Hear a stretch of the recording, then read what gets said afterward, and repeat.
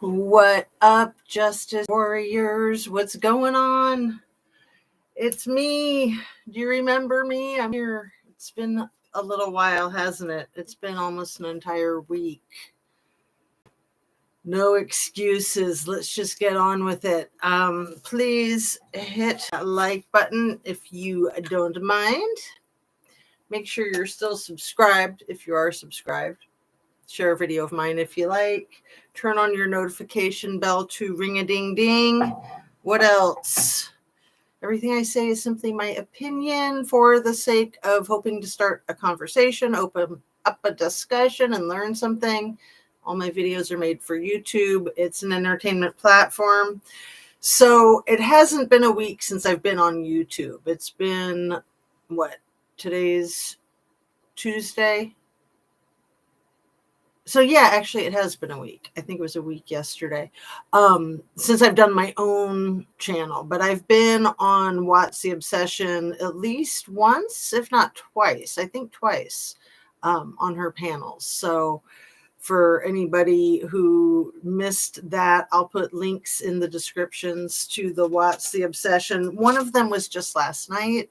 That was what I wanted to get started talking with you guys right away. I'm going to try not to cry. I'm sure most of you, if not all of you, know that there was a verdict reached yesterday in the Richard Allen Delphi case, and he was found guilty on all counts. And I think that that's a lot of, there's a lot of controversy with that. And there's been a lot of discussion on the tube, and what I wanted to share with you guys, because I don't necessarily have an opinion about his guilt or innocence. My focus is on the victims, and I don't know how to say this, so I'll just spit it out. My dear friend Kelly from What's the Obsession, with my consent, sent me crime scene photographs last night while I was on her panel. And I looked at them, and I've seen photos like that before.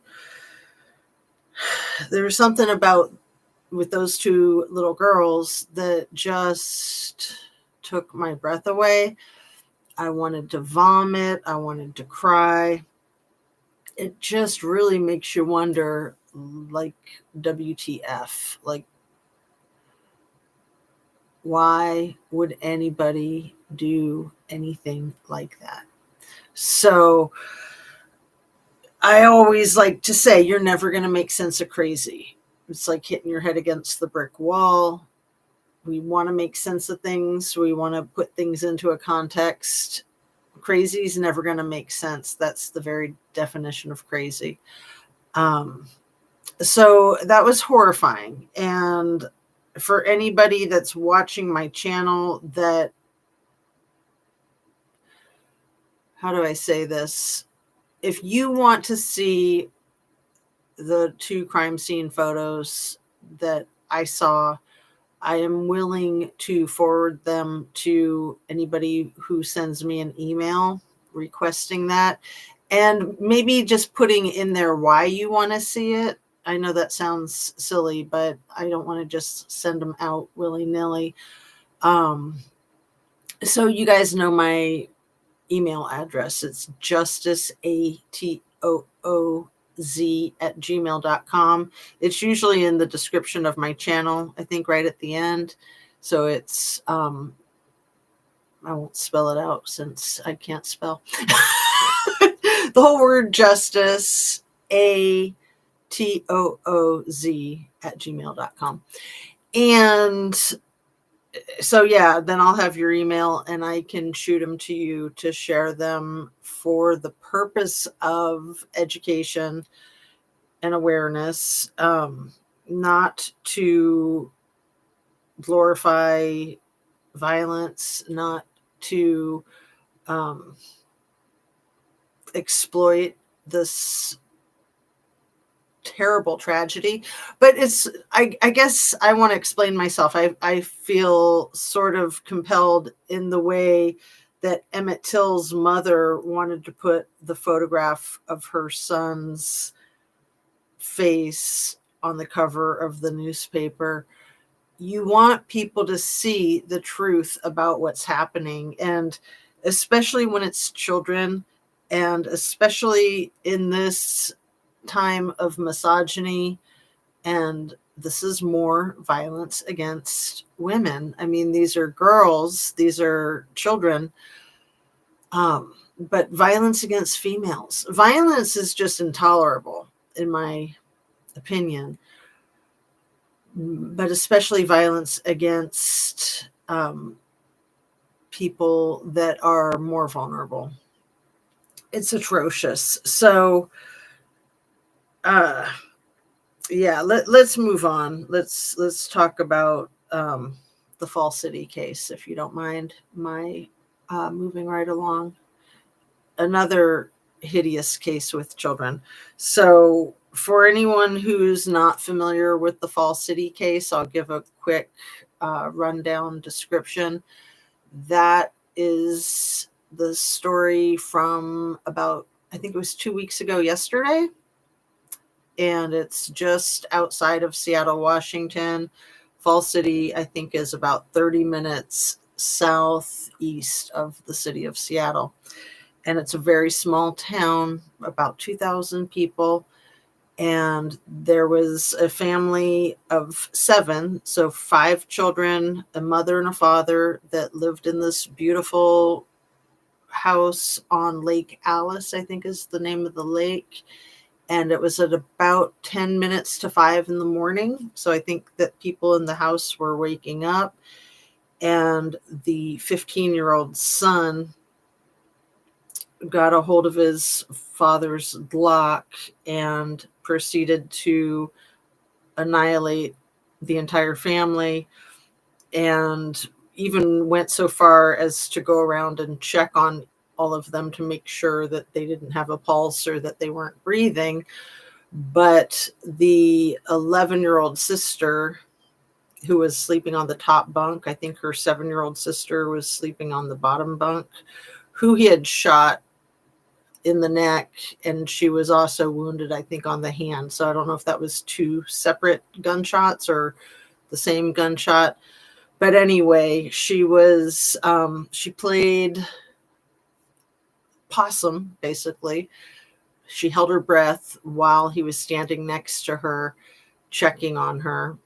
And then when he proceeded to leave the vicinity, she snuck out the window, 2nd floor. So she jumped down to the ground level and then ran to a neighbor's house to call 911 and get help, with her neck bleeding, with the wound in her neck and the wound in her hand.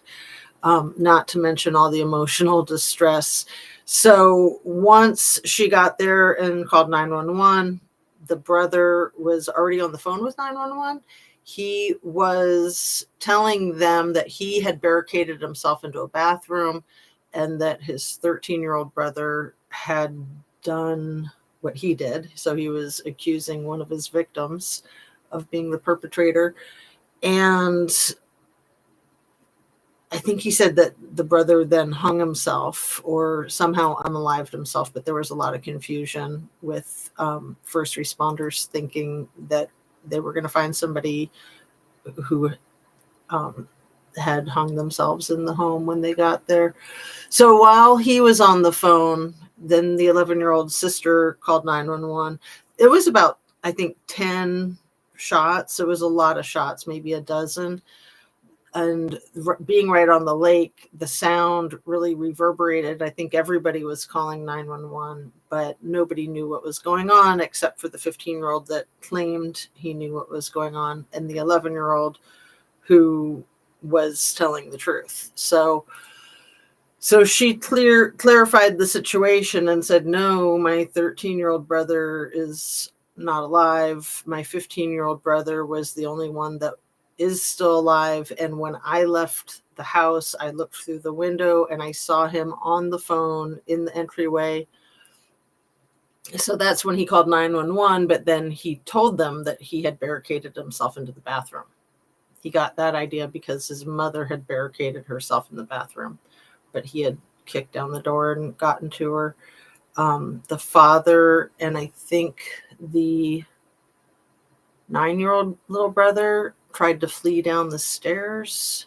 The father had 4 bullet wounds. I think that was the most that any of them had. I think most of them had 2. So he wanted to make sure that they were not going to survive. Fortunately, the 11-year-old outwitted him and had some serious guardian angels. What a tragic case, Shelley. Agnes says, I know, I could just cry. My heart goes out to the sister who ran for help. So the good news, I mean, it's hard to say good news, right? The good news is that she survived. She got treatment at Harborview Hospital for her serious injuries, but they weren't life-threatening. And then I think she's got family in the area that she's been staying with since getting discharged from the hospital. And then the 15-year-old son is in custody, of course, and they're not allowed to have any contact with each other, which, of course, is extremely wise. I can't imagine. I mean, I just happened to be 11 years old, not to make this about me at all, but just to try to relate to this poor little girl. I was 11 years old when my father made an attempt on mine and my sister's lives, which I don't know if you're familiar enough with my channel, Shelley, but that was a carbon monoxide poisoning that was intentional. But at the time, I thought it was accidental. So, so I can kind of put myself in her shoes as an 11-year-old trying to understand, except for that she knew darn well from what she was witnessing that all of this was extremely intentional and that he was being very thorough. And I guess there was a situation the night before, it sounds like, where he was busted for having porno, for looking at porn. And this was, like I said, a family with 5 children. They were all homeschooled. The father worked for Microsoft or some type of job like that, very successful, high paying in the technology industry. The mother was a registered nurse, but she'd been a stay-at-home mom, I think, for over a year. She let her registration expire. So she was homeschooling all 5 kids. This the 15-year-old was busted with pornographic material. And I don't think that the mom and dad knew how to handle it, and they were planning on handling it the next day, is the story that I've gathered from the many sources that I've cross-referenced.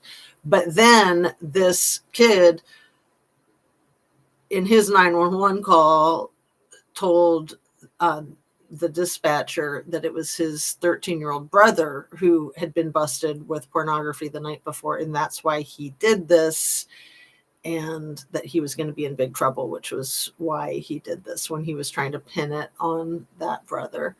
I didn't know this. That is sad. Oh, the case, or about my situation. Yeah, this case, I think, is one of the worst I've ever heard of. It reminds me a lot of the gravity of the Watts case in Colorado, with that father who, probably along with some help from at least one other individual, took the lives of his pregnant wife and his 2 toddler little girls. You probably know the case of Shanann Watts, Cece Watts, Bella Watts, and Nico Watts, which is a case that I have focused on a lot in my YouTube experience, both as a viewer and as a content creator. So again, Kelly with What's the Obsession did me a huge service inviting me onto her channel as a special guest to discuss mental health and the implications of this case a couple years ago, 3 years ago, before I ever started my channel. So she was how I broke the ice with getting into this forum. Valerie Curto, I bet you right. Nice to see you both. Thanks for being here, you guys. So yeah, so Kelly has been a huge inspiration for me, and she has such great insight. She's a behavioral therapist in the school system, and I just really appreciate the way she breaks cases down. She comes from a family of attorneys, and maybe there's like a judge in her family. I'm not sure, like a grandfather or something like that. But I believe she was planning on becoming an attorney, but decided to take a different route. So she's just very well educated, and she's very compassionate, and just understands a lot about human behavior. To me, that's what this is all about, is trying to understand human behavior and trying to understand ourselves through our experiences with seeing these things in social media and mainstream news sources. Oh, you're so sweet, Shelley. Sherry, hello. I've missed you too. It's funny because I just saw some notes that I had that you were in. Your name was in my notes, and so I was reviewing a few different notebooks before I got on, trying to focus myself, because this is why I like to do my lives every day, is because then it's just second nature.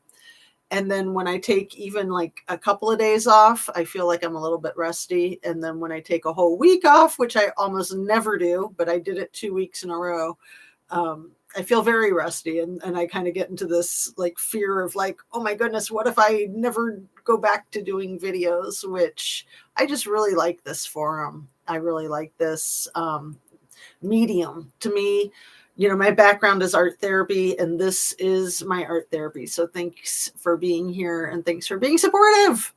You guys are the bomb. Let me drink a little water. And yeah, it's nice to see new people, Shelly Agua and Valerie Curto. I don't recognize your names. I'm sorry if you are not new and I'm just spacing. But yeah, Sherry, I think, has been one of my old faithfuls from when I got started over 2 years ago. So the Kylie Rodney case is kind of my mainstay. That's what got me over that hump to break the ice and get started with this channel. I always want to go back to the Kylie Rodney case. There's so much to learn in that case. Right now, with the fresh news of the Delphi case from yesterday, this FallCity case that's pretty new unfolding. And then we've got the Madeline Soto case, which is sort of right in between. I'd like to talk some about that case too. Another one that I shy away from, I tend to shy away from the cases with smaller children. Kylie Rodney was 16, so she was a child too. However, there were just many things about that case that really got under my skin right from jump. So there's that other case. I like to stay focused. I do. Liam Payne, the guy from One Direction who passed away, what was it, in Buenos Aires? Falling, or yeah, I mean, I guess all we know is that he fell 3 stories to his the ending of his life, but we don't know how he fell. We don't know if he was pushed. We don't know if he jumped. We don't know if he just passed out and fell. And there's been 3 arrests now in relationship to his passing away. So the things that these people that have been arrested for Liam Payne, the things that they're getting potentially charged with, I am interested in why these issues were never brought up with Kylie Rodney. And I think that we've all danced around these issues, but that you can get charged with abandonment and you can get charged with callous indifference. So those are the charges that the hotel employee, a quote unquote friend, I call those friends frenemies, and then I think a dealer, right? So abandonment and callous indifference. Those were not terms ever used in the Kylie Rodney case. Never, in my experience. So, yeah. Another case that continues to make waves and I think is going to continue for a long time with a lot of significant issues stemming from it is the Micah Miller case, the woman in South Carolina who on paper officially took her own life out at Lumber River State Park in Lumberton, North Carolina, and her douchebag estranged spouse, who JP Miller, who I like to call JP Diddy. I got that from Veronica Jokester. If you guys aren't familiar with her channel, I'll put a link in the description. So she is the one who started calling him JP Diddy. So JP Miller, who it looks like had everything to do with like gang stalking his estranged wife, and then it looks like he had it masterminded to make it look like she took her own life, and it doesn't seem that she did take her own life, but it also doesn't seem like that will likely get undone on paper as the official story because of the connections that he has, and because the case is so much bigger than just him and his estranged wife. It has a lot to do with the Solid Rock Church, which no longer exists, I think, as of last week. It's dissolved and changed names. But it seems that that was a money laundering front for trafficking, that there are so many people in that area involved with that it's going to be very significant, in my opinion, to see the aftermath of what happens with that. I do think that JP Diddy is going to go down in flames, but it might be one of those cases where he's kind of, I don't want to say the fall guy, because I think he's as guilty as they come, but that it all gets put on him. That, in my imagination, is like the Chris Watts case. Like Chris Watts was guilty of what happened to his family, but I don't think he did it alone. And I don't think that JP Diddy did this alone. I think he had help. And yeah, let's see what else you guys are saying. Did you keep my email from before? Probably. Not familiar with the FallCity case. Has been tied up with Delphi. Thank you for info. Yeah, the Delphi case is absolutely despicable. So Sherry, I think I have your email from before, but I'm not 100% sure. If you want to see those photographs, if that's what you're referring to, just shoot me another email. And I know you, so you don't have to say why. I feel like I know you. You don't have to say why you want to see them. Hey, Shan, JP is far worse than CW. At least CW admitted his doings. JP is going to deny it till they prove beyond a reasonable doubt, unlike RA Delphi. Yeah, I mean, it's so hard to compare these disgusting, despicable scum of the earth dirtbags. I mean, JP and Chris, they're both perverts. I mean, that's what got them both into trouble, which is just really twisted. It's really sad that people can't just have a healthy sexual appetite and a healthy sex life, but they got to be all creepy.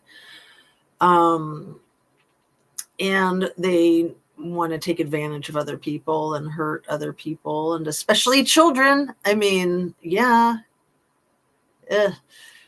And then, the Richard Allen in the Delphi case, that's a sticky one.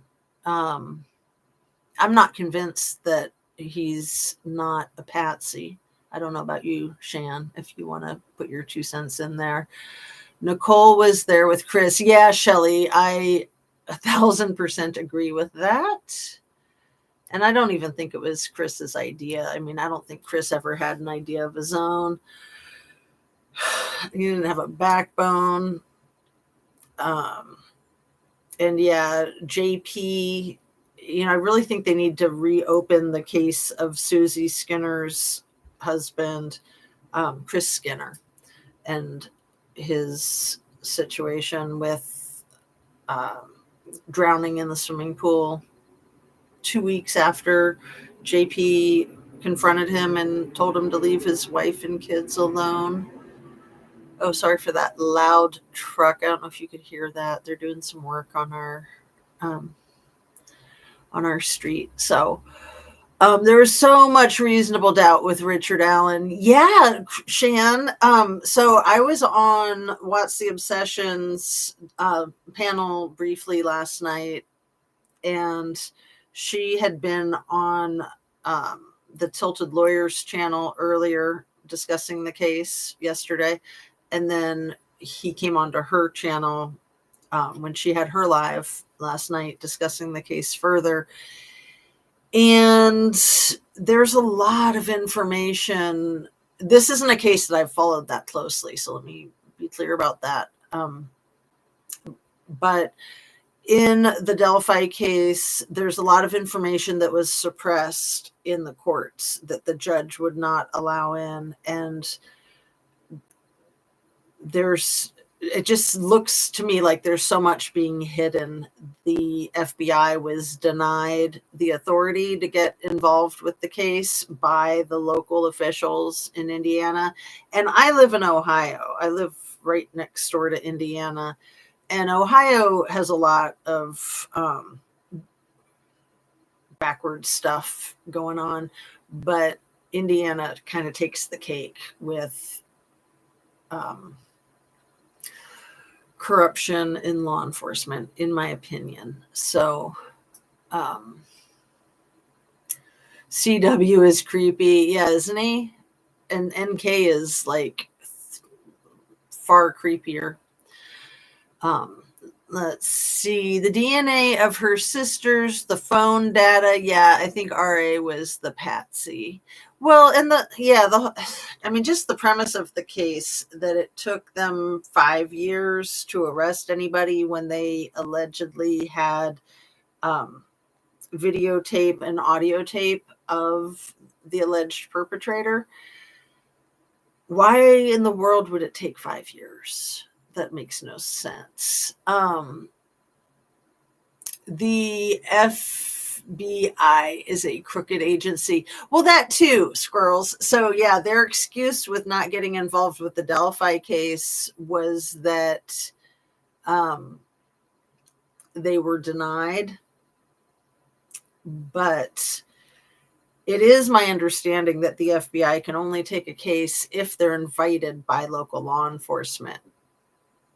However, that also seems like a convenient excuse to pass the buck and just say, well, we weren't invited, so nothing we could do about it. It's really twisted. So Yeah, I have spoken about it a few times on my channel, and I like to kind of keep things on the down low, but I also like to expose what I know for fact. And I've been in a FBI agency on three separate occasions discussing crimes, and in my experience, I agree with you, Shan. I 100% agree with you from my own firsthand experience.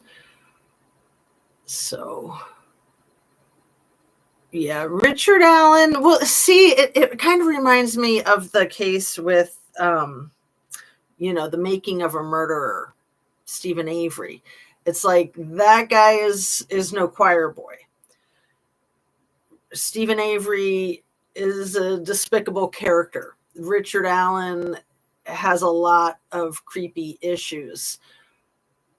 So it makes it easy to hang these cases on them, in my opinion. But I do like to bring up a local case, which is Dean Gillespie. You guys have heard me speak of Dean Gillespie a few times. He's somebody from Ohio who was prosecuted and charged with 3 different sexual assaults in Montgomery County, like the Dayton area, back in the 90s. And he was sentenced and served over 20 years in state penitentiary. And he was completely exonerated by DNA a few years ago, a long time ago, like over 10 years ago. And then it took him like 10 years to win the lawsuit against the state. And that was just a year or two ago that he was awarded $45 million for his wrongful conviction. And he speaks at some of these wrongfully convicted presentations that are done, which I feel very mixed about, because I do think that there's this whole like wrongful conviction movement that is bogus. And one of the reasons why I think that is because Amanda Knox was touring with this guy, Dean Gillespie. So Dean Gillespie is kind of your, like, in my opinion, like your poster child of a wrongful conviction. And the law enforcement knew that he was innocent. They knew that he literally had receipts that showed that he was out of the state when at least 1 or 2 of these 3 assaults happened. And 2 of them happened on the same day, like kind of together. So I want to point that out. But he served all this time, and when he was finally exonerated and released from prison, his first comments were not about himself and how heartbroken he was over his own struggles. His first comments were about how heartbroken he was for the victims of the crimes that he served time for, that they were led to believe that they were both getting justice and that they were safe from their perpetrator, when neither of those things were true. So they got re-victimized all over again. And they continue to get re-victimized because the case, all 3 of those cases remain unsolved. And so law enforcement intentionally hung it on a person that they knew couldn't have possibly done it. And to make a long story short, it's my opinion that they did that to protect themselves. In that case in particular, I believe that the law enforcement is guilty of the crimes. And that's why they put it on somebody that they knew didn't do it. And that they've never been investigated for wrongful conviction. And that the cases have not been investigated further to figure out who actually did it. So that colors my perspective of the situation with Delphi, and it makes me question if law enforcement isn't behind that. Jumping over into the Idaho 4 case, And, Moscow, Idaho is very close to Pullman, Washington. And I've not been to Moscow, Idaho, but I've been to Pullman, Washington a handful of times. And that town has for decades been known as a sexual assault town. Like it's just creepy AF. I can't describe it. If you haven't been there or been to a place like that, like you just know you don't want to get out of your car. Like, I mean, I laugh, but it's disgusting. And I haven't been on campus of Washington State University or in the town of Pullman in probably 30 years. And I was hoping that maybe it had changed. And I never tried to figure out why it was like that, other than that it's like a big college football town. And so I kind of thought like that whole cliche and stereotype of, frat parties and frat boys and those types of assaults. But as an adult now, and through the lens of the Idaho 4 case, and knowing what we know about law enforcement in Pullman specifically, that law enforcement has been preying on the students at the university for decades for assaults and getting away with it. And it's part of the culture. And so as a grown-up, I look back and think how naive I was to not have understood that when I was 20, because if law enforcement wasn't involved, they were at the very minimum turning a blind eye and not trying to bust people and hold people accountable for their crimes. It's disgusting. So it makes it really hard to trust law enforcement, which, as Shan knows and Sherry knows, I happen to be married to law enforcement. So I see some of the things that go on, and it's just unbelievable. Unbelievable. So, yes. The more I read from archives, the more corruption I see within the FBI. I like the way you spell it, FBI. That's very clever. And CIA. Yeah. Yeah, it's really sad. I worked for King County Superior Court back in Washington State, back in around Y2K. And I worked in mental health court and I worked in family court. And I ended up having to sue King County Superior Court for some real serious crap. And up until then, I really believed in our systems. And that was, I think, more upsetting than anything, was just having my eyes open to the fact that you can't trust our freaking government. You just can't. And you're a fool if you do. Sorry, not sorry. Yeah. Even the EEOC, the Equal Employment Opportunities Coalition, which you have to go through the EEOC in order to sue a government agency.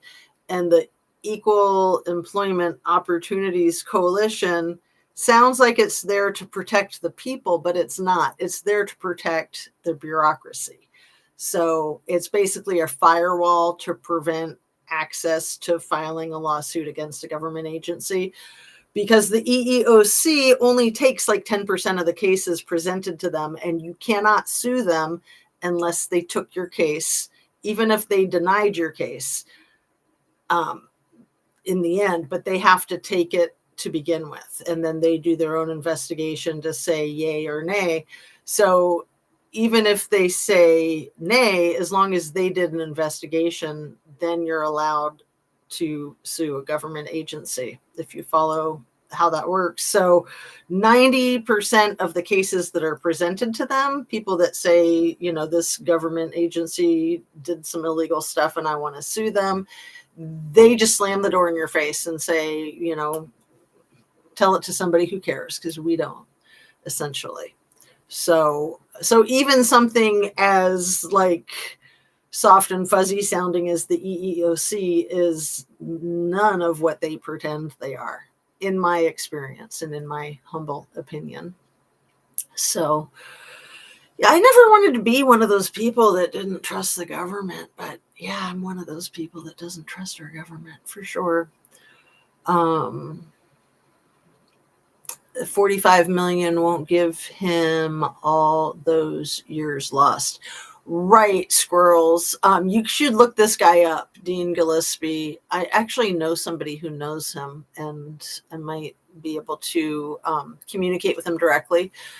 And one of the things that's so cool about him is that even before he got out of prison, he just really tried to stay grounded and keep his faith and did artwork to work through his issues while he was in prison and since he's been released. So he makes little miniature, well, and you know how much I like all this miniature stuff. He makes little miniature scenes and sells them. So he's an artist. So yeah, the 45 million, I don't even know if he'll ever get paid that 45 million. I don't know what the payout has been because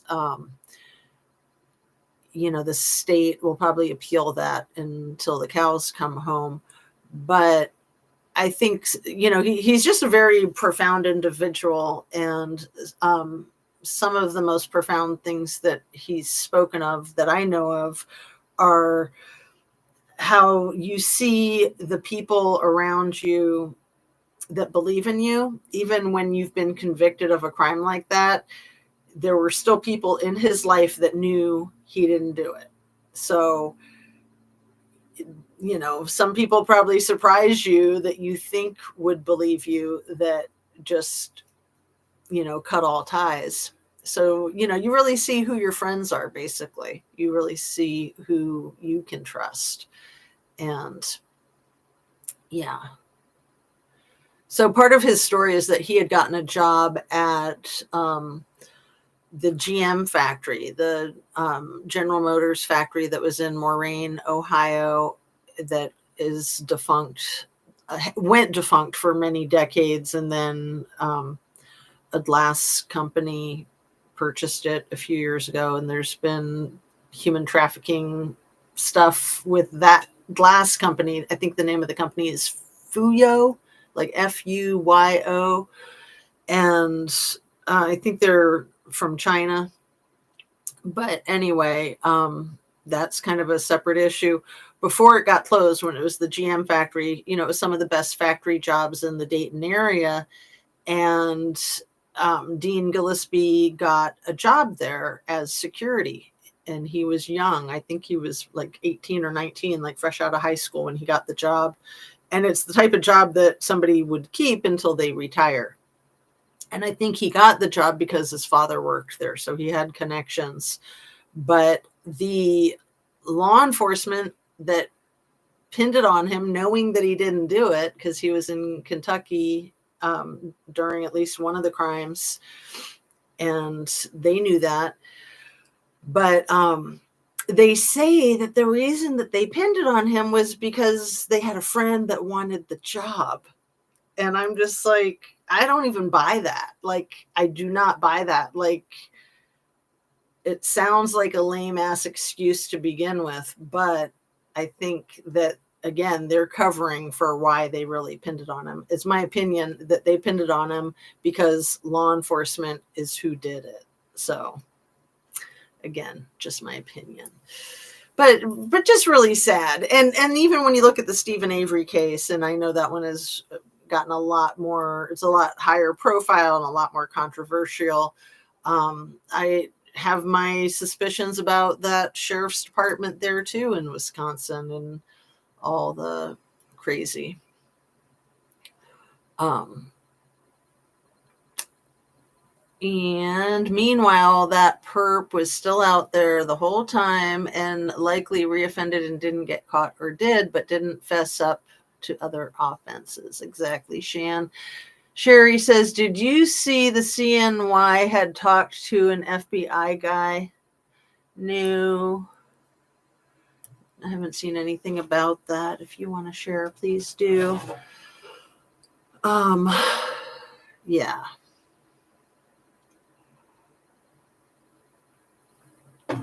So let's talk about the Madeline Soto case for a moment, at least. That's a case that I have tried to look away from ever since it first came into my view. It's just so horrifying, and I keep getting more drawn into it. I'm sure a lot of you can understand why, because probably most of you have paid attention to the Madeline Soto case. What I didn't know, and let me just start here as a jumping off point, I didn't know that Stephen Stearns had put her backpack, her laptop, and one of her Crocs in a garbage bag and proceeded to put it in the garbage the morning after her backpack, her laptop, and one of her Crocs. This was at 7:45 in the morning, and this was from one of the interrogation tapes of her mother, Jen Soto. And I know there's a lot of controversy back and forth with, should she be charged? Should she not be charged? Whoa. 100%. I feel like she needs to be charged. 100%. I mean, she was protecting this guy, serving up her child to him on a silver platter, essentially. So disgusting. So disgusting. I mean, to even call her a mother is doing a disservice, I think, to all mothers. Okay, so yeah, that's still the same about the FBI. So was that CNY FBI guy, was that about the Kylie Rodney case, or was that something else, Sherry? If you want to share, and if anybody else has seen that and knows anything about it. So I did want to talk about Robbie Harvey, because Veronica Jokester, her channel, has been critical of Robbie Harvey. And at first I thought, that's her thing. I try to stay out of a lot of that stuff on the streets of YouTube. It can be very gossipy, and we're all going to have our different experiences, and I think it's important to just stay in your lane. Try anyway, stay in your lane and be respectful of all the different voices, and just try to keep your eye on the ball and do your thing and let others do their thing. So when I first heard Veronica Jokester criticizing Robbie Harvey, I understood her criticism of him, but I thought that's just her thing. And then, I haven't been a big fan of his one way or the other, but more recently, I got to just say I'm disgusted by his milking of cases and viewers for every freaking penny that he can. That's my opinion. That's how I see it. And I'm going to be blunt, because I think it's despicable for any person to do that anywhere. And I see that as the most disgusting part of being in this whole YouTube forum, and the criticisms that are held by the general population about YouTube and about true crime is exactly that, exploiting people's tragedies for your own gain. And that's not what it's about, in my opinion. And I tried to give Robbie Harvey the same benefit of the doubt that that's not what he was about. But in my opinion, that is what he's about. And part of his style and how he approaches his cases is he tries to act like he's the only person that has the answers. So you're only going to get the answers if you watch him. And he tries to dangle these answers in front of you like carrots to keep you coming back. So he'll tell you, well, I have these answers and I'm going to tell you, but I'm not going to tell you. And it's just heinous. So there, I put it out there. I said it. So anyway, Veronica has her own criticisms of how he's operating, which again, I'll put links in the description to a couple of her videos where she talks about that. And she's been talking about it again more recently because he's trying to lure Susie Skinner to like contact him. Like he's trying to offer her support and help. And for one, I agree with Veronica that Susie Skinner doesn't deserve anybody's sympathy. But I also think he's trying to exploit Susie Skinner. I think he's trying to trick her into coming into his lair where then he can have direct contact with her. He can have some inside track, and then he can use that to keep milking his viewers of their money with his memberships and however he plays the game. I mean, it's a huge racket as far as I'm concerned. And he's extremely dramatic. Like I don't know if he's like a preacher or if he just thinks he's like Rod Serling from the Twilight Zone. But man, he could not be more dramatic. And he can be a good storyteller. I will give him that. But I hope that he hears this criticism indirectly or directly. I mean, I'm sure I'm not the only one with this perspective, but he really needs to be more respectful of his viewers, the truth, and these crimes that are committed, because these are real crimes against real people and real lives are lost. And he is just milking them for his own gain. And that is gross. Period. So yeah, I don't like trashing other content creators. We could spend all day doing that, and that's not what my purpose is in being here. However, I think it's important to call a spade a spade. I think it's important to just say it. You know, if you see something, say something. And, you know, he's been one of the front runners with the Micah Miller case. And I just don't think he's doing Micah Miller a service when he's playing, you know, when he's making a game of it and when he's making a business out of it. I mean, yeah, we all need to have an income, and in order to do our YouTube, in order to prioritize all the time and effort that it takes to put into your YouTube channel, it is extremely helpful if it can be profitable financially. But I just think it's, I think it's unfortunate that true crime and YouTube have kind of a bad rap for being skeezy, but then I think it's well deserved when I look at situations like that. So that's what I'm trying to say. And I hope that he'll like take a look in the mirror and realize that that's not who he wants to be, because I doubt that that's who anybody wants to be. But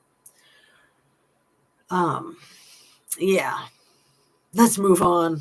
I don't like to talk about shysters like that. He does have good lighting, though. I'll give him that. Right? Shanna has good lighting, too, don't you, girl? So I'm just so happy to be back on. I'm already at the end of the hour, and I do need to get going because, man, things have been so busy. Our doggie's doing great. Little Coco is doing phenomenal with her cancer recovery. She still has all 4 legs and will probably get to keep all 4 legs. Thank you for keeping Miss Miller name. Hello, Valentina Dallas. It's been forever, girlfriend. How are you? My goodness. Thanks for coming by, dear. Yeah, Micah, oof, what a horrible tragedy.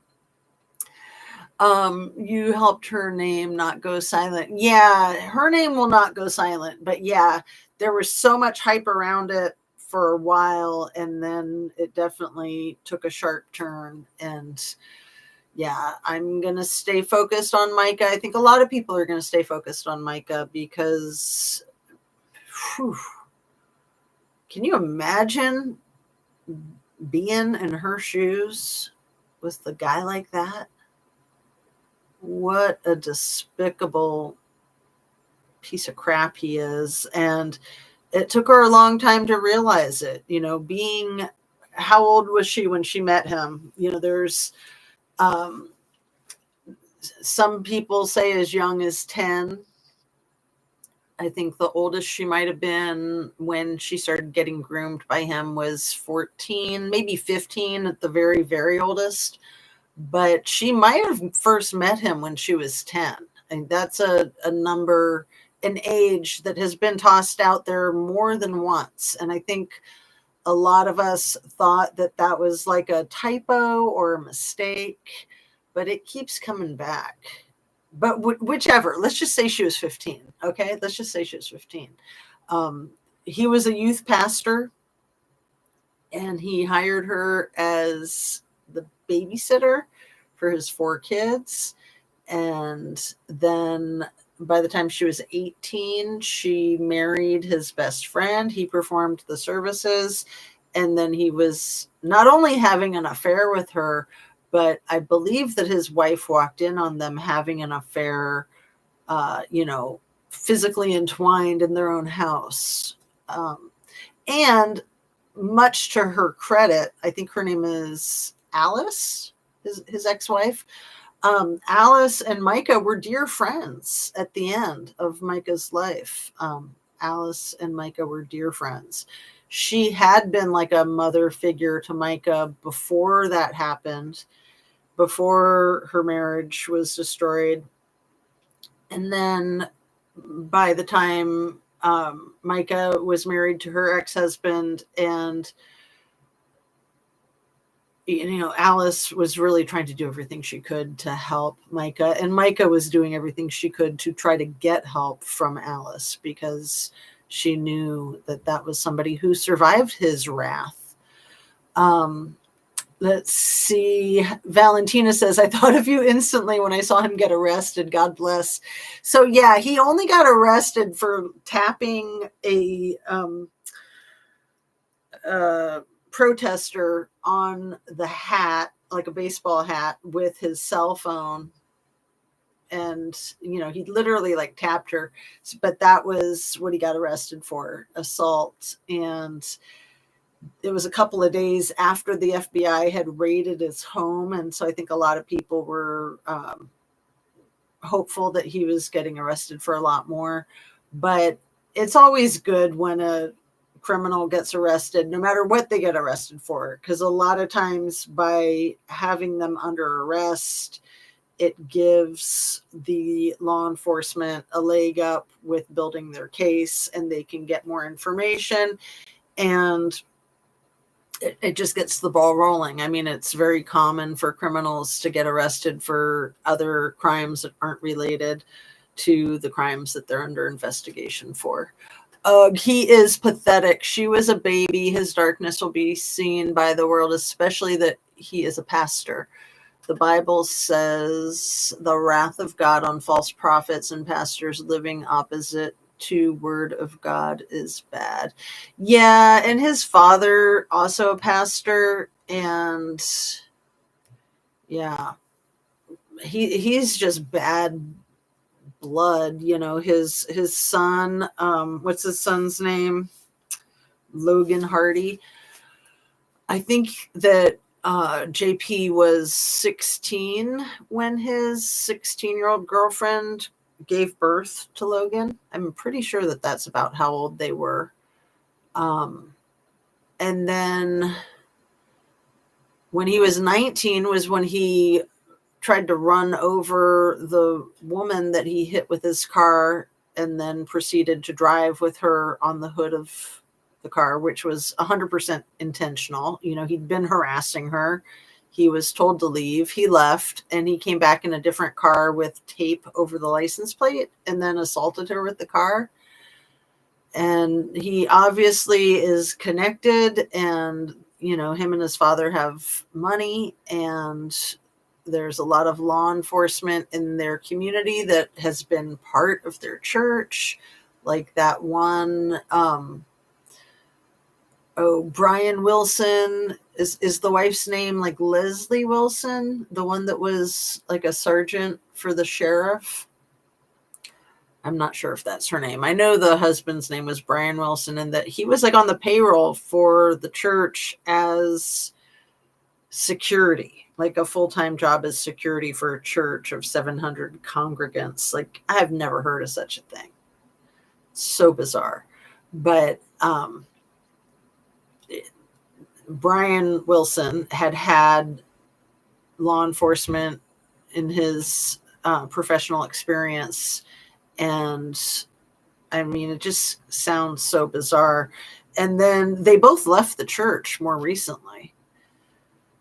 I mean, shady AF. Shady AF. Please keep exposing corruption. Idaho 4, many things you exposed 2 years ago with Idaho 4. Other creators are now just saying it. And I will always give credit to Justice Agency like Brett Payne and Brett Kopaka, etc. Oh, Valentina, you're so sweet. Thank you. I have learned time and time again to trust myself. I have good instincts. I try not to say things that I'm not sure about. I try to just know what I know, trust my gut, trust myself, and not, I think it's important to keep an open mind that, yes, I could be incorrect. And sometimes I hope I'm incorrect. But like with the Madeline Soto case, when I was trying not to look at that train wreck, and as soon as I learned about the case, I thought, obviously she was pregnant, because the police keep asking questions about her menstruation cycle and other reasons too. I think Jen and Stephen were texting each other about her menstruation cycle. That's not going to be a thing unless she was pregnant. And some people got really upset with me for stating my opinion about that. And, I'm fine with that. I'm fine with people being upset with me for stating my opinion. I'll make sure that I state it as my opinion and my opinion only. However, it's looking more and more like it's coming back to that. So again, it's one of those situations where I wished that I was wrong. I mean, she was 13 when she was rubbed out. She just turned 13, meaning she was 12 when she got pregnant, you guys, by her mom's disgusting freaking ex-boyfriend. Like, damn, I wish I was wrong. That poor girl. Phone's gonna die. God bless community here. Oh, I think she was definitely pregnant too. Well, yeah, it's becoming more and more abundantly clear. I always thought that media would try to keep that out of the public eye because it's just a little too much information, just like in the Delphi case with the possibility of law enforcement being involved in something like that. It's just more than the public can handle for the most part. Or like with the Idaho 4, the truth is too much. Like, we can't handle the truth. So let's just take the sugar-coated version of it, right? Which was that there was no motive for why he offed her. No, I think that that was why he offed her. And I think that the mom knew all about it, knew that was going to happen, that from their perspective, that needed to happen to protect themselves, because neither one of them gave a damn about her. It's disgusting. It's absolutely disgusting. That poor little girl. How sad, how scary, how absolutely disgusting.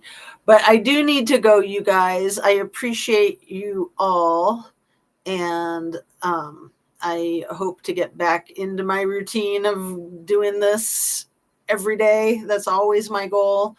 I've got so many other distractions, and you guys are one of my top priorities. So love and light. Have a really good afternoon. Take care of yourselves and your pets and your people.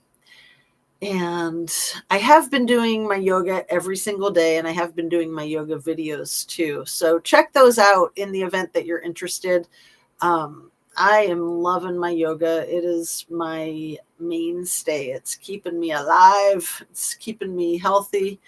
And I would love to share that with you if you're interested. So I know it seems like a lot, like yoga, to push that on somebody, and I'm not trying to push it on anybody. I just feel like it's such a gift. Like, I'm so grateful that I've gotten that opportunity and that I've had the focus.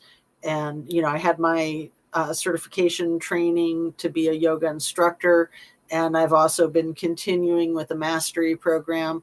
And I'm just ever so grateful to have my yoga. So I think that my routine is the bomb. It's kind of the same routine, and it just evolves. So if you look at my pre-recorded videos, the most recent one is the most recent iteration of the routine. And I'm continuously tweaking it and trying to make improvements on it. Sherry says, I was just going through some stuff and ran across my Kylie Rodney Christmas ornament. Oh, I know. I was thinking of those Christmas ornaments too. I love those. And again, that was something that none of us wanted to try to make money on. The person who made them, Patty Cakes, she gifted them to some of the content creators. There were a few extra, and I, with her permission, kind of raffled those off, or not raffled them off, but just randomly gave them away on my channel. And then I was going to make them and just sell them to recoup the cost of making them. But then I kind of handed that baton to Shan. And, we've all been very careful about not wanting to make any money off of that type of stuff, because it's not about the money. It's about Kylie. It's about keeping her name out there. And the last thing you want to be doing is like marketing Kylie Rodney, but you want to keep her name and her spirit in the ether. And what better way to do that than with her music? And I don't understand why that song hasn't become platinum. The Far Away song. I'll put a link to that in the description too. So I'm going to sign off, you guys. Love and light. Have a great rest of your day. Make sure you stay hydrated, get some good nutrition. Try the yoga if you want. It is long. It's like almost an hour and 20 minutes, but I promise you that you'll love it. Seriously. It's so freaking amazing. So see you on the next one. Thanks a million. You guys are the bomb.